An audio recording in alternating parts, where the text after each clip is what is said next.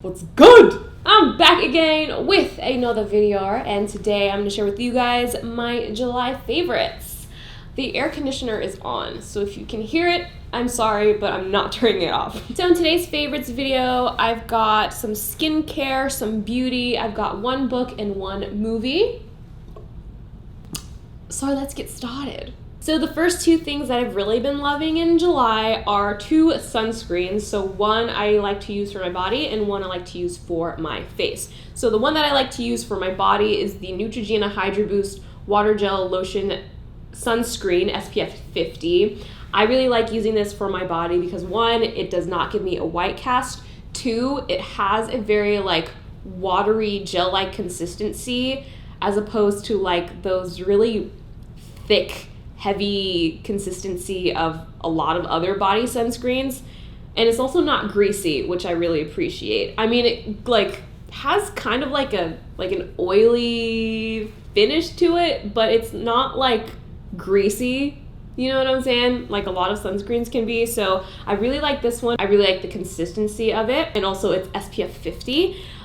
This is a chemical sunscreen. I know that some people have skin sensitivities to chemical UV filters. That has never been the case for me, so I never had a negative reaction to this sunscreen. Also, chemical sunscreens do not tend to give you a white cast, so that's why I just prefer chemical sunscreens over mineral sunscreens. Another thing that I like about this actually is that it doesn't make me break out on my body. So my body skin is very prone to breakouts. It's not acne breakouts, it's a skin disorder called Malassezia folliculitis. I'll talk a little bit about that in another video, but basically a lot of ingredients in lotions and sunscreens and body washes and hair care products actually trigger a breakout on my body. So what I like about this one is it actually didn't trigger anything. I didn't have a negative reaction to this sunscreen, so I really liked using this on my body. You can also use this on your face as well. It's marketed as being a face and body sunscreen, but I just prefer using it on my body because for my face I've really been loving the Supergoop Unseen sunscreen. This is SPF 40. This sunscreen is water and sweat resistant. I used this when I went to Universal Studios as well as Disneyland, and it held up quite well. This is also a sunscreen that uses chemical UV filters. I did not have any negative reaction to it. It is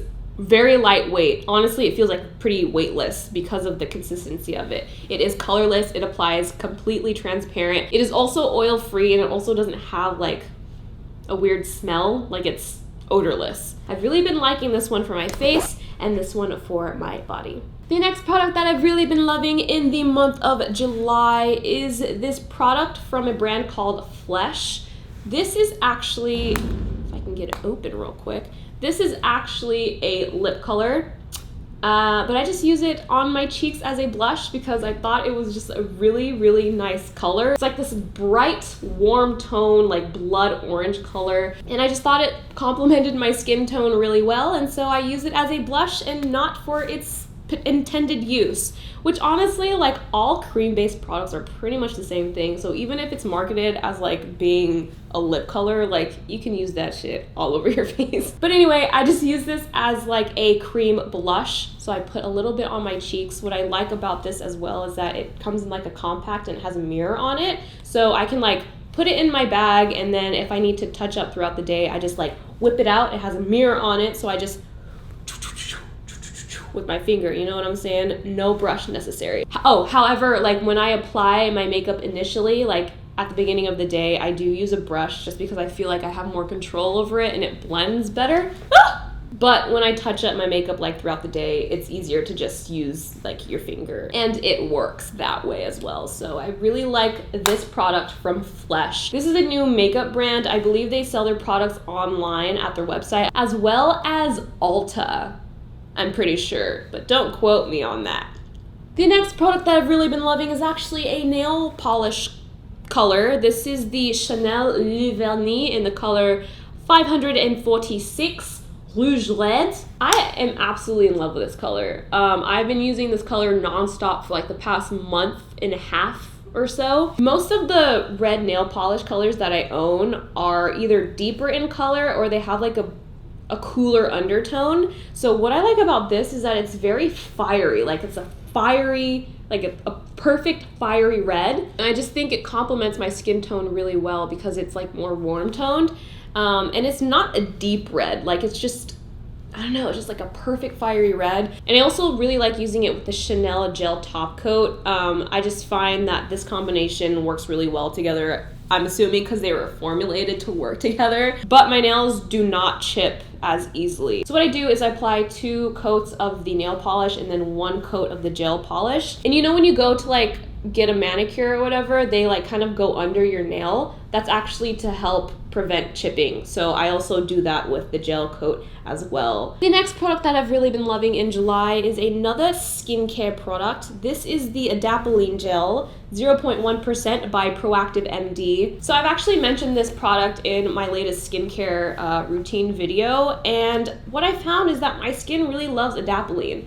My skin really loves retinol in general because I used to use a prescription tretinoin cream and it worked really well for my skin. But then my prescription ran out and then I started going back to using like AHAs and BHAs, and those worked fine for my skin. I thought that my skin loved glycolic acid, which like it probably does, but I found that retinol just works better for my skin. Like it just works the best for my skin. So if I'm being completely honest, like this is probably the only acne product that I'm going to be using moving forward. I don't think I'm going to be trying out and reviewing any more like chemical exfoliants for you guys just because it hurts my skin to review so many chemical exfoliants. I remember when I tried out like the Glossier solution as well as the Drunk Elephant like AHA BHA serum, it broke my skin out so bad, and then the post-inflammatory hyperpigmentation that was left after the breakout cleared up, like it was just a lot to handle, and I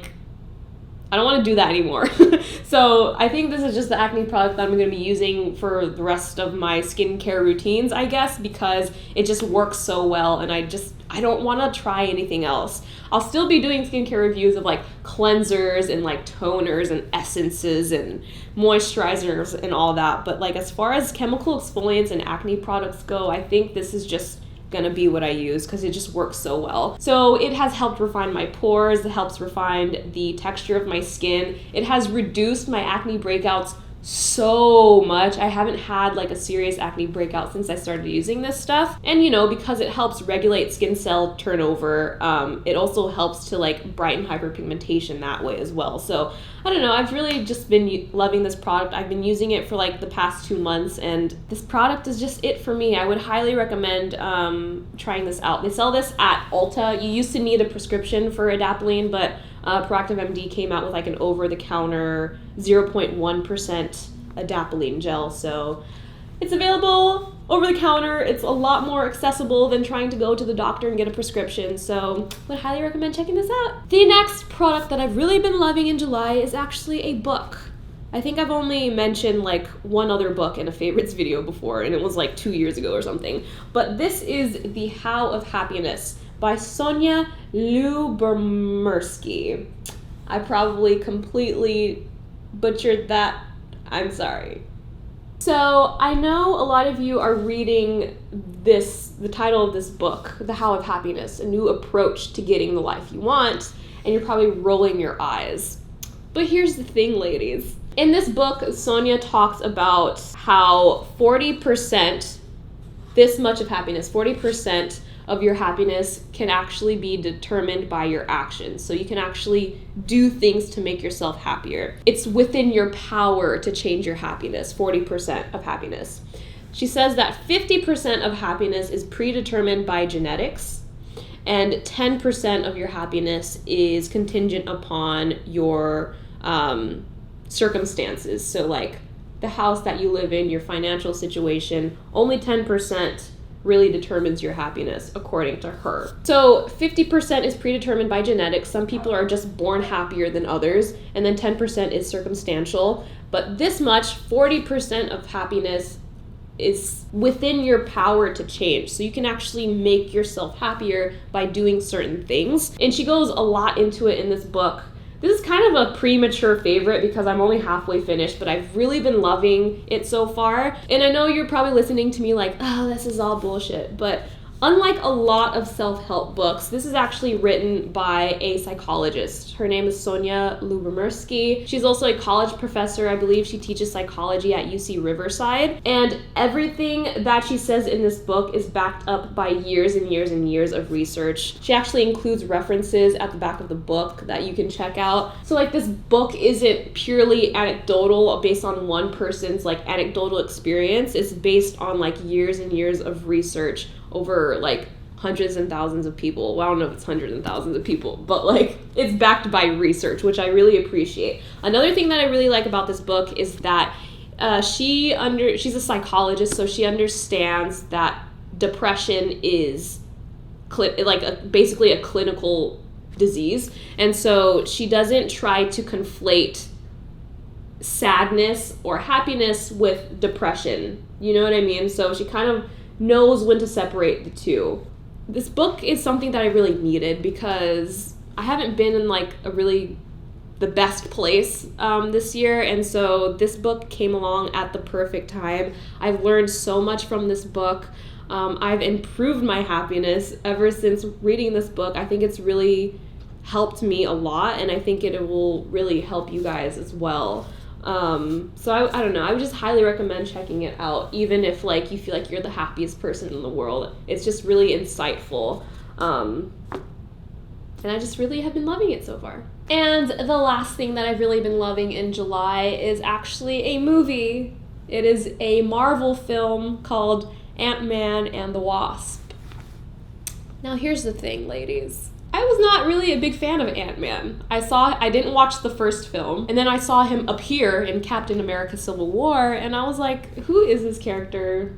He's kind of lame. I mean, what he does is like kind of cool, I guess, but then he disappears, and I'm like, whatever. But then I saw Ant-Man and the Wasp because my friends wanted to see it, and this might be my second favorite Marvel film. It was so funny. I love Paul Rudd. I forgot how funny he was. And also I forgot how much I loved Evangeline Lilly. I loved her in Lost. She was my favorite character. She played my favorite character on Lost. And I haven't really seen her in a project until I saw Ant-Man and the Wasp. And I was like, oh my god, I forgot how much I love this woman. But yeah, it's written so well. It's so funny. I've never laughed that much in a movie in like a really long time. And basically I take back all Ant-Man slander that has ever come out of my mouth in the past. So anyway, those are my favorite things from the month of July. Thank you guys so much for watching this video. Give this video a thumbs up, subscribe if you haven't already, and I'll catch you guys next time. Peace!